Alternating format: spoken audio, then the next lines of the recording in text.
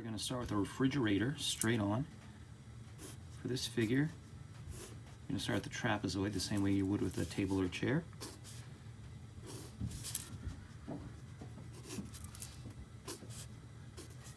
Something like that. Line across the middle to divide the refrigerator from the freezer. The handle. And maybe like a little design. Most refrigerators have some sort of a design. Name of the company.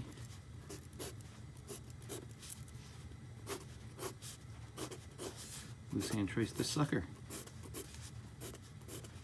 Maybe you're one of those houses that kids' work gets put on the refrigerator. That would also be kind of maybe a cool thing you want to throw on there. Get a little bit more of a personality. And if you want to go facing sideways, I'm going to start with the rhombus instead.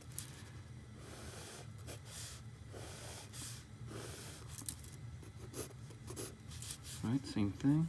Slash mark here. Of course, you do different things, some different designs if you want. Maybe keep a calendar here on the side of your refrigerators, like I do in my house. Company name.